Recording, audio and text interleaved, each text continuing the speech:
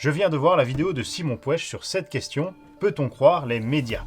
Et bordel, je n'ai pas résisté à l'envie de réagir, parce que je suis moi-même journaliste pour un média belge depuis 6 ans. Alors je le dis clairement, je ne suis pas un grand reporter qui a bourlingué sur les champs de bataille dans le sang et la sueur et les poussières. Je ne suis qu'un petit ouvrier de l'information qui s'est lancé sur internet pour t'aider à aiguiser ton esprit en indépendant. Mais ça ne m'empêche pas, je pense, de pouvoir partager un avis pertinent et intéressant avec toi. Et justement, j'avais un gros coup de gueule à faire passer par rapport à sa vidéo, une limite par rapport à ce qu'il a présenté dedans, mais aussi un message plus positif et pour pousser plus loin la réflexion sur cette question, la crédibilité des médias. Et petite remarque, juste avant de me mettre un pouce vers le bas, si tu es fan de Simon Puech, c'est que tout simplement je le suis depuis des années et je n'ai aucune animosité envers lui. Je suis abonné à sa chaîne depuis longtemps, je l'ai même remercié par email quand il avait fait un reportage sur les Gilets jaunes, je l'ai conseillé sa chaîne dans une de mes vidéos. Mon but n'est donc pas de le critiquer gratuitement, mais plutôt de récupérer ce thème qu'il a abordé et qui m'est cher, pour te présenter un petit peu les limites, je pense, selon moi, qu'il y a dans sa vidéo, mais aussi un message plus d'espoir et plus positif, parce que quand on voit le portrait qu'il dresse des médias, et qui est assez juste, on se dit, bordel, on va juste aller s'enterrer dans sa cave et ne plus jamais écouter les journalistes ni aucun média, parce qu'ils sont tous pourris. Or, il y a des solutions, et je vais même te présenter 3 solutions concrètes pour t'aider à mieux t'informer. Mais tout de suite, on passe à mes 2 grosses remarques sur la vidéo de Simon Puech, et on commence par le plus négatif. Dans sa vidéo, Simon nous parle surtout des médias traditionnels et du problème majeur qu'il a identifié, ce sont les conflits d'intérêts. Et d'ailleurs, je trouve que le portrait qu'il dresse est assez juste, mais ça on en reparlera juste après. Et donc après avoir présenté tous les problèmes, toutes les contraintes, toutes les difficultés, l'autocensure, les influences qu'il peut y avoir au sein des médias, donc un portrait quand même assez noir, juste mais très noir, il nous dit ceci. Notre génération a vu ses sources complètement modifiées. Qui ne connaît pas aujourd'hui Brut ou Combini News? D'ailleurs, le premier est la réflexion d'un ancien de chez Canal+, le fondateur de Studio Bagel et un ancien du Petit Journal, là où le second est le fruit d'une idée d'un couple de publicitaires. 2 départs complètement différents, pour qu'au final les modèles se rejoignent quand même pas mal. L'information trouve toujours un chemin, et elle le doit, parce qu'à ne pas savoir, on se perd inévitablement. Ne pas connaître, c'est ne pas pouvoir juger, et ne pas comprendre, c'est se laisser manipuler. Donc, après avoir présenté ce qu'il y a de pire dans les médias traditionnels, Simon nous présente Combini et Brut. Du coup, en tant que spectateur, tu peux facilement te dire que dans ce monde médiatique, ces 2 médias, Combini et Brut, sont un peu des chevaliers blancs, ou des bons exemples. Des exemples où il n'y a pas de conflit d'intérêts, justement. Et ça, franchement, ça allait un petit peu vite en besogne. Alors, ok, ces 2 médias ne sont peut-être pas détenus par des oligarques, des milliardaires, mais leur financement est principalement basé sur le publi-reportage et le native advertising. Qu'est-ce que c'est que ça ? Le publi-reportage, c'est en réalité une publicité qui ressemble comme 2 gouttes d'eau à une vidéo ou un reportage produite par un journaliste, sauf qu'elle est préparée par la marque. Pour le native advertising, c'est pire. Voilà ce qu'en dit le Centre pour l'éducation aux médias et à l'information. Le native advertising est plus pernicieux car ce n'est plus l'annonceur qui rédige le contenu, mais directement des journalistes sur commande. Alors si ça, c'est pas un putain de conflit d'intérêts, alors oui, ces publicités déguisées sont censées être signalées comme étant de la pub. Mais dans la réalité, dans les faits, on se rend compte que pour le spectateur qui, tu scrolles ton fil d'actualité Facebook ou tu vas sur le site d'actu en question et tu fais défiler un peu les articles, c'est très difficile de faire la différence entre une publicité déguisée en reportage et un vrai reportage, tu vois. Et une étude a même été menée aux États-Unis. 70% des lecteurs américains sondés, en réalité, n'arrivent pas à reconnaître qu'un contenu de type native advertising est une publicité et l'assimilent à un vrai contenu journalistique. Tu me diras, oui, mais c'est toujours moins grave qu'un milliardaire qui détient un média et qui peut influencer la rédaction. Ici, il y a quand même moins de conflits d'intérêts. Ah bon ? Voici le témoignage de Basile, un rédacteur qui a travaillé 3 ans chez Combini, au moment où il y avait la Coupe du Monde. Un témoignage qui est paru dans un article du Courrier International. À propos de la Coupe du Monde de football au Qatar, on voulait faire un article concernant les conditions de travail sur les chantiers. La rédactrice en chef a refusé parce que Coca n'aurait pas accepté un tel sujet. Et pourquoi il y avait un problème avec Coca ? Tout simplement parce que Coca était le sponsor de la section Coupe du Monde de Combini à ce moment-là. Je te mets dans la description un tas de liens qui te permettront de te forger ton propre avis. Et maintenant, je ne dis pas que Combini et Brut, c'est de la merde. Loin de là, il ne faut pas tout jeter. J'ai déjà regardé des vidéos, des reportages de chez eux, et il y en a plein d'intéressants et de très utiles. Et d'ailleurs, je trouve que c'est très bien d'avoir de nouveaux médias qui viennent un petit peu faire bouger les lignes. Mais il faut toujours suivre l'argent et réfléchir à comment un média se finance. C'est souvent la meilleure façon, la meilleure méthode pour identifier quelles sont les contraintes, quelles sont les zones d'ombre qui peuvent toucher ce média. Et même moi, dans mon aventure ici sur Internet, en tant que journaliste indépendant, je me suis très vite dit et compris que je devais trouver mes propres sources de financement si je voulais être indépendant. Peut-être à travers des livres, des formations. Et c'est aussi pour ça que je fais des vidéos qui expliquent un peu les coulisses et toute ma démarche. Ou même dans mes vidéos, quand je fais des enquêtes ou des analyses, j'explique comment je suis arrivé à tout ce processus de recherche et de création de la vidéo. Et au final, moi, ça me ferait mal au cul et je ne supporterais pas d'être influencé par une marque et en plus de le cacher au public, aux spectateurs. Mais bref, je divague. Revenons-en à Combini et à Brut, où d'un côté, on a le spectateur qui ne sait peut-être pas toujours si le contenu qu'on lui présente, c'est un vrai travail journalistique ou si en réalité c'est une pub déguisée. Et de l'autre côté, on a les marques qui, elles, peuvent peut-être, en tout cas c'est une question légitime à se poser, est-ce qu'elles ne peuvent pas faire pression sur ces nouveaux médias qui sont assez récents et qui n'ont peut-être pas les reins assez solides pour résister à la perte d'un annonceur ou de plusieurs gros annonceurs. Et du coup, c'est la question à se poser, est-ce qu'il ne peut pas y avoir parfois une influence, comme on l'a vu avec ce témoignage d'un rédacteur chez Combini, sur ces nouveaux médias? Alors j'en veux pas à Simon Puech d'avoir parlé de Combini et de Brut, mais quand même, venir nous présenter ces médias comme des exemples, entre guillemets, de non-conflit d'intérêts, franchement, non. Maintenant, je ne voulais pas seulement partager une réaction négative par rapport à les vidéos de Simon Puech, parce que le but de ma chaîne, c'est pas de taper gratuitement sur des gens, sur des entreprises, sur des marques, c'est de te donner des clés pour toi-même aiguiser ton esprit, t'apprendre à pêcher, quoi. Et le truc ici, c'est qu'avec la vidéo de Simon Puech, elle est franchement très bien réalisée, et le portrait, je l'ai dit, est assez juste, on va voir dans le détail. Mais tu peux me dire ce que tu en penses en commentaire, moi j'ai quand même l'impression qu'il y a un gros déséquilibre. Je m'explique. Il montre que le savoir, c'est le pouvoir, et qu'en tant que citoyen, s'informer est donc primordial, mais il y a un gros souci. Au XXIe siècle, plus que jamais auparavant, nous sommes noyés sous des milliers de stimuli d'informations par jour. Et ça ne cesse et ne cessera de croître. Et au milieu de cet océan de données à traiter, les phares qui sont censés être nos repères se noient progressivement, cédant lentement à des vagues de critiques. Il sort ensuite des statistiques sur la méfiance envers les médias. Seulement 24% des Français font confiance en l'information, c'est même pas un quart, c'est le chiffre le plus bas en Europe, et on a perdu 11 points en un an. Il parle des milliardaires, propriétaires de la plupart des grands médias français, avec pour conséquence une forme d'influence et d'autocensure au sein des rédactions. Bernard Arnault, première fortune de France et donc PDG de LVMH, il possède Le Parisien, Les Échos ou encore Aujourd'hui. Xavier Niel, qui est le fondateur de Free, de l'École 42, tout ça, lui il a Le Monde, l'Obs, Télérama, Le Courrier International. Patrick Drahi, et qui est SFR, quant à lui il a Libé, notre fameuse BFM TV, RMC ou encore l'Express. Serge Dassault, lui, Le Figaro, La Famille Bouygues, TF1, TMC, LCI, tout ça. Un invité, Ludovic B, ancien journaliste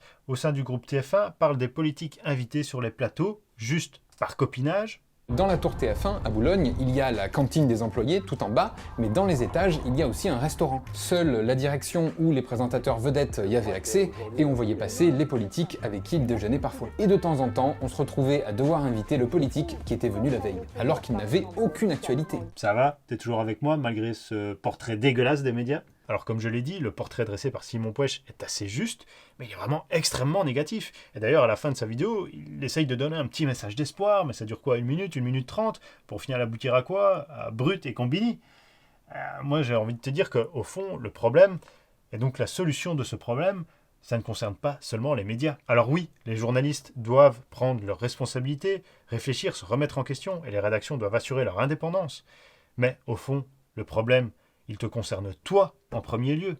Et ça, Edoui Plenel, ancien journaliste au Monde et fondateur de Mediapart, l'explique très bien. C'est pas nous, c'est vous.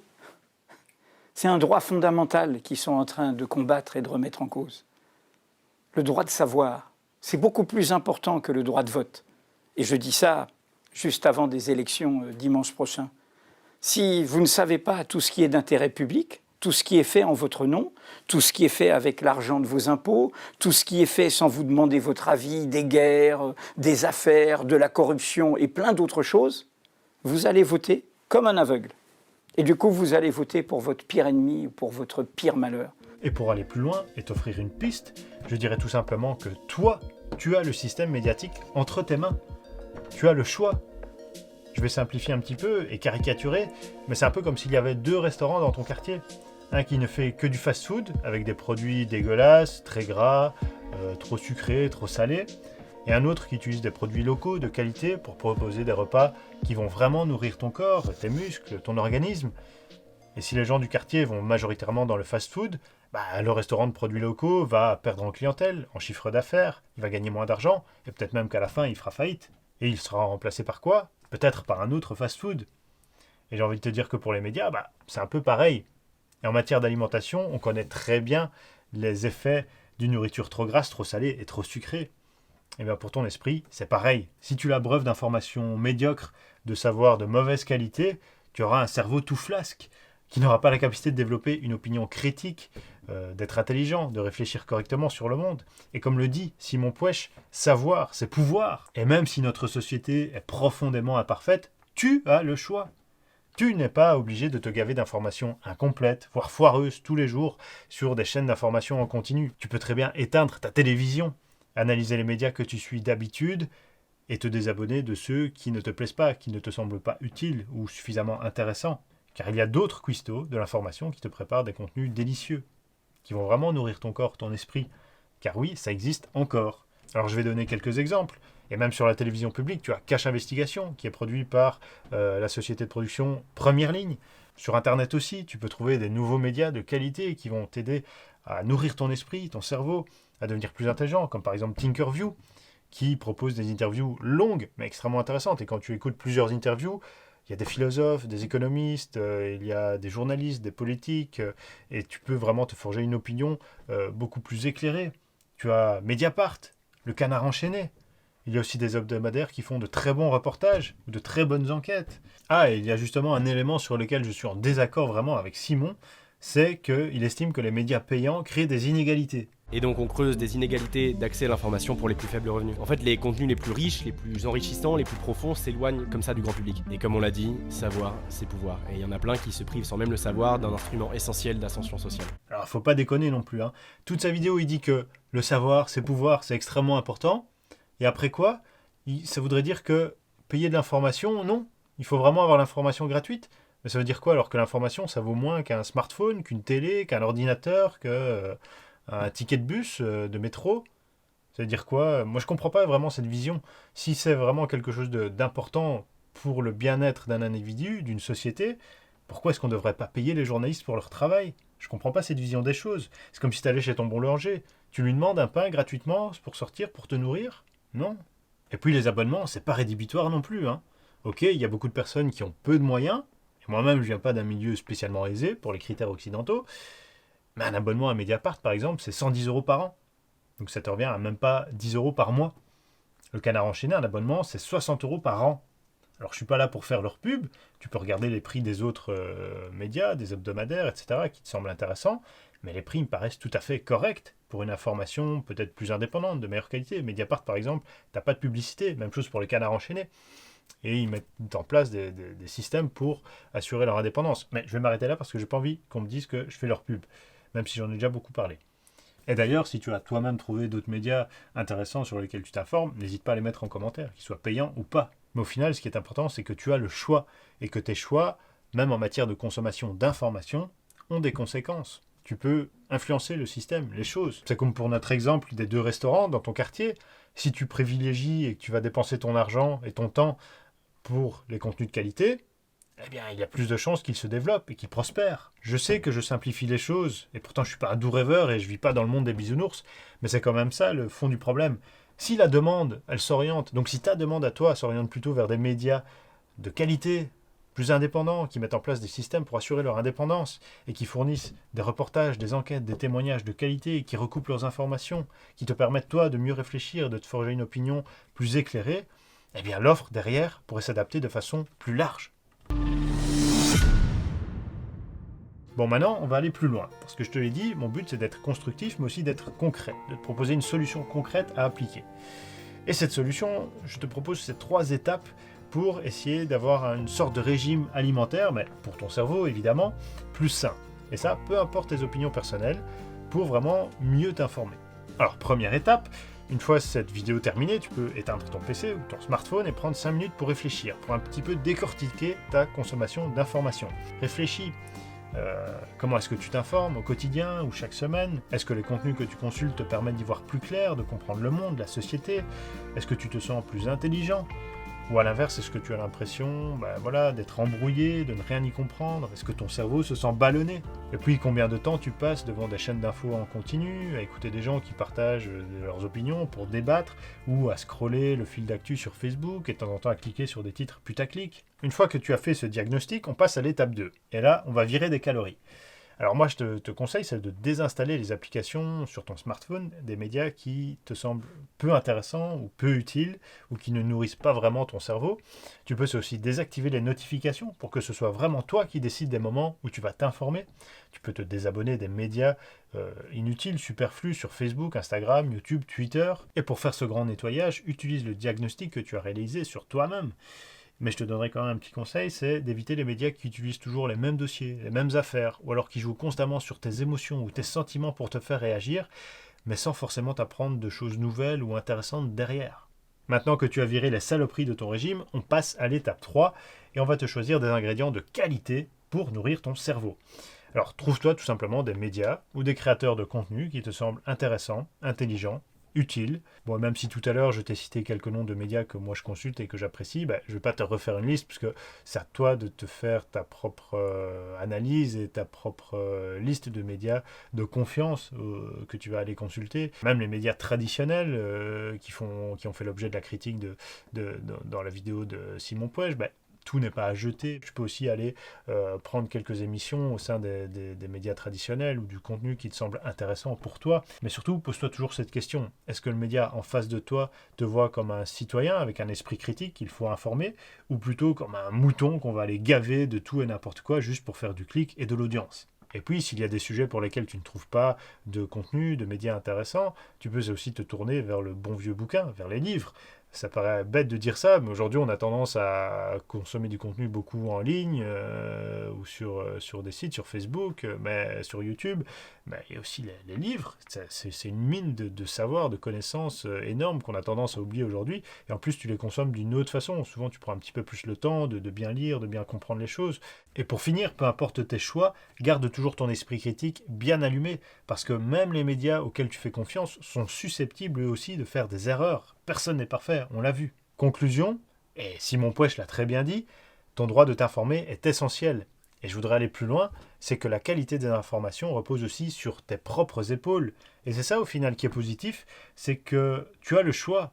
Et en réalité, l'avenir des médias est entre tes mains. Et sur ces bonnes paroles, je te dis à la prochaine, prends soin de toi et surtout aiguise ton esprit. Ciao!